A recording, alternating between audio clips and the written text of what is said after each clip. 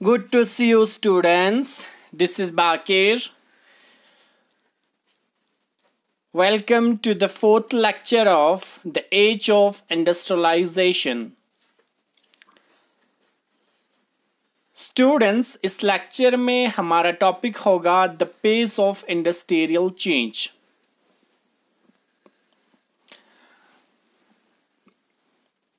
Last जो हमारा lecture हुआ था स्टूडेंट्स, उस लेक्चर की मदद से हमने प्रोटो इंडस्ट्रियलाइजेशन इन इसकी फ्यूचर्स के बारे में डिस्कस किए.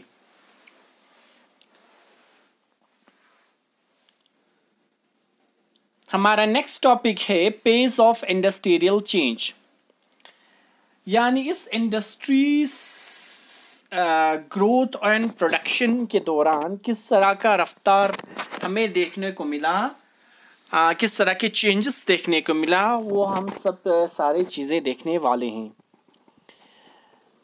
The most dynamic industries in Britain where cotton and metals. कहा जाता है कि धीरे धीरे ब्रिटेन में कॉटन और मेटल इंडस्ट्रीज डेवलप होना बहुत ही डायनेमिक वे में ये स्टार्ट हुए.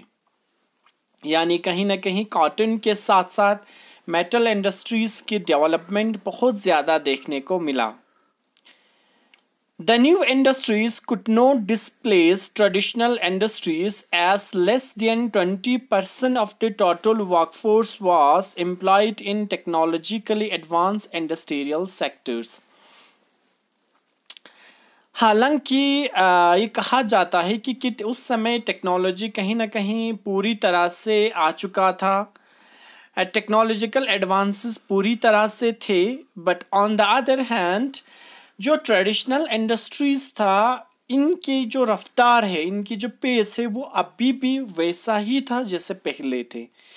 टेक्नोलॉजी की वजह से कहीं ना कहीं एम्प्लॉयड के ऊपर कुछ भी असर देखने को नहीं मिला.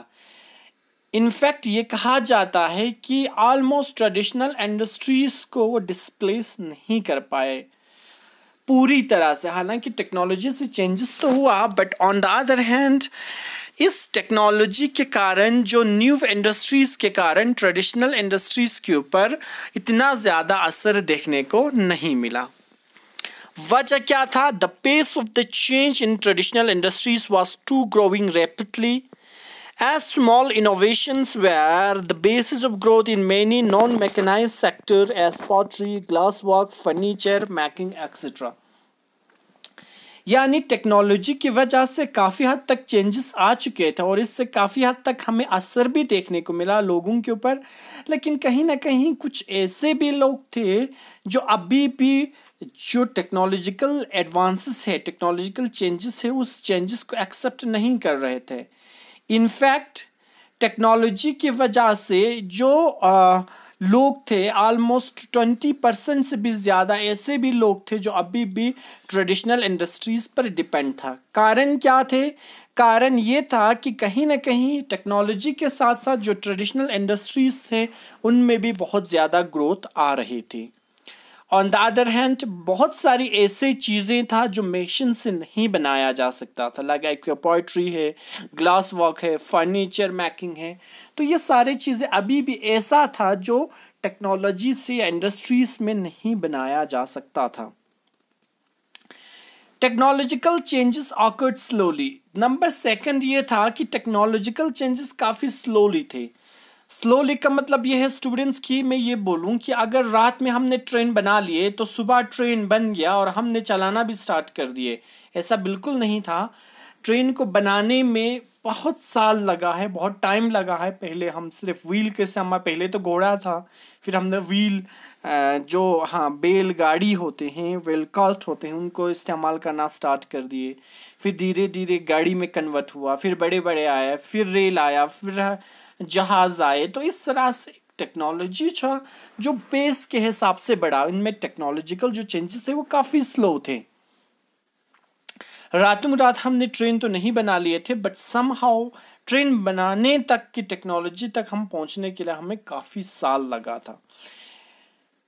तो बहुत सारे ऐसे अभी भी लोग थे जो अभी भी उन चीज़ों को एक्सेप्ट नहीं कर रहा था जो टेक्नोलॉजिकल चेंजेस हो रहे थे। कारण क्या था? कारण हमने एक देखा कि बहुत सारे ऐसे भी चीज़ें थे जो अभी भी मशीन से नहीं बनाया जा सकता था, आपके पोइट्री, ग्लास और भी बहुत सारी चीज़ें। दूसरा क्या था? दूसरा कारण ये था कि टेक्नोलॉजिकल चेंजेस काफ़ी स्लोली हो रहे थे। They did not separate dramatically across the industrial landscape. ये पूरी तरह से अभी तक नहीं फैल रहा था। New technology was expensive and merchants were cautious about using it. अब नए टेक्नोलॉजी से जो भी चेंजेस आ रहे थे वो बहुत ज़्यादा एक्सपेंसिव था, बहुत ज़्यादा महंगा थे, और कहीं ना कहीं मर्चेंट्स अभी भी उन चीज़ों को इस्तेमाल नहीं कर रहा था। क्यों? अभी पहले किसी ने इस्तेमाल नहीं किए थे तो इनको कहीं ना कहीं एक डर सा फील हो रहा था लोगों को, अगर हम एक बार यूज़ करें तो क्या इसका कोई फीडबैक नहीं था, कोई रिव्यू नहीं था, तो इससे भी लोग उनको इस्तेमाल करने से डर जाते थे। फॉर एग्जांपल स्टूडेंट्स में अगर एक एग्जांपल दे दूं कि पहले पहले बहुत ज़्यादा लोग डर जाते थे कि जो OnePlus मोबाइल है वो बहुत ज़्यादा महंगा है, इसका कोई रिव्यू नहीं था, तो लोग ख़रीद ही नहीं रहे थे। बट ले तो लोगों ने देखा, फिर लोगों ने रिव्यू डालना स्टार्ट कर दिया, फिर लगा कि बहुत अच्छा फ़ोन है तो लोगों ने इसको ख़रीदना भी स्टार्ट कर दिया।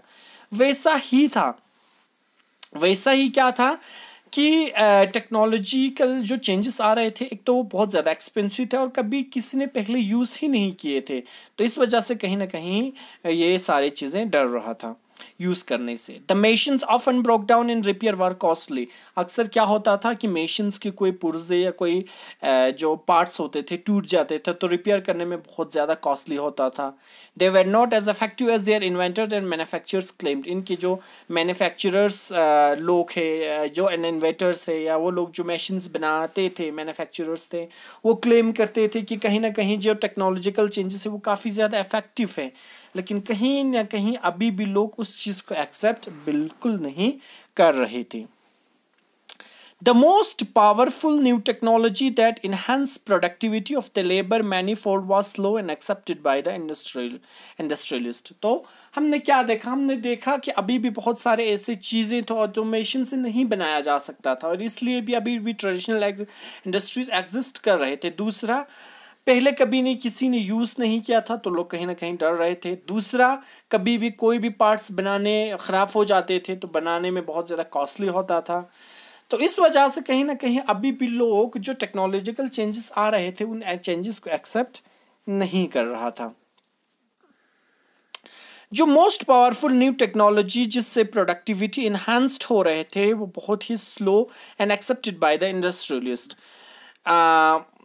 The typical worker in 19th century was not a machine operator but traditional craft person and a labor। और कहा जाता है कि अभी भी जो न्यू टेक्नोलॉजी इन्हांस हो रहा था लेकिन अभी भी उसकी वजह से कहीं ना कहीं जो इंडस्ट्रियलिस्ट है इनकी जो मैनिफोल्ड है, लेबर मैनिफोल्ड अभी भी स्लो थे। और ऑन द अदर हैंड इसकी वजह से 19th सेंचुरी तक अभी भी लोग मशीन ऑपरेटर के बजाय ये लोग अभी भी ट्रेडिशनल क्राफ्ट पर्सन और लेबर थे। क्यों? क्योंकि मिड 19th सेंचुरी तक टेक्नोलॉजी आ चुका था, पूरी तरह से टेक्नोलॉजिकल चेंजेस आ रहे थे, कहीं ना कहीं टेक्नोलॉजी बिल्कुल हैवी हो चुका था, लेकिन लोग अभी भी एक्सेप्ट नहीं कर रहे थे टेक्नोलॉजी को। क्यों? कारण हमने क्या देखा कि बहुत सारे ऐसे चीज़ें थे जो अभी भी मशीन से नहीं बनाया जा सकता था। दूसरा, टेक्नोलॉजिकल चेंजेस को काफ़ी किसी ने पहले यूज़ ही नहीं किए थे। एक तो ये था कभी भी कोई भी पार्ट्स ख़राब हो जाते थे, बनाना बहुत ज़्यादा कॉस्टली होता था, तो इस वजह से अभी भी टेक्नोलॉजी आने के बाद भी लोग अभी भी मिड 19th सेंचुरी तक मशीन ऑपरेटर के बजाय अभी भी उसी ट्रेडिशनल क्राफ्ट और on the other hand labour का काम करता था। सो स्टूडेंट्स, मैं आज का लेक्चर यहीं पे रख देता हूँ। नेक्स्ट लेक्चर में हमारा टॉपिक होगा hand labour and steam power. Students, अगर आपको कोई भी डाउट, कोई भी क्वेरीज कुछ भी रहता है तो आप किसी भी प्लेटफॉर्म के साथ कनेक्ट हो सकते हैं, मुझसे जोड़ सकते हैं, अपनी क्वेरीज हमें बिल्कुल बता सकते हैं। इसके अलावा कोई भी डाउट रहता है तो आप किसी भी सोशल मीडिया प्लेटफॉर्म से कनेक्ट होकर मुझसे पूछ सकते हैं। एंड स्टूडेंट्स जो पैंडमिक सिचुएशन है कि आई होप ये जल्द से जल्द ख़त्म होगा और आप लोग घरों में होंगे आई होप और सेफ़ होंगे और सेफ़ रहिए। कोविड-19 की गाइडलाइंस पूरी तरह से फॉलो करना है। हमेशा मास्क एंड ग्लव आपको साथ जो है रखना है और ऐसी बहुत सारी चीज़ें हैं जो आपको आई होप कि करना होगा और जिसकी वजह से हम कहीं ना कहीं जो कोरोना की सिचुएशन है इस सिचुएशन से जो है ओवरकम हो सकता है। Okay students, thanks for watching. Bye bye, have a good day.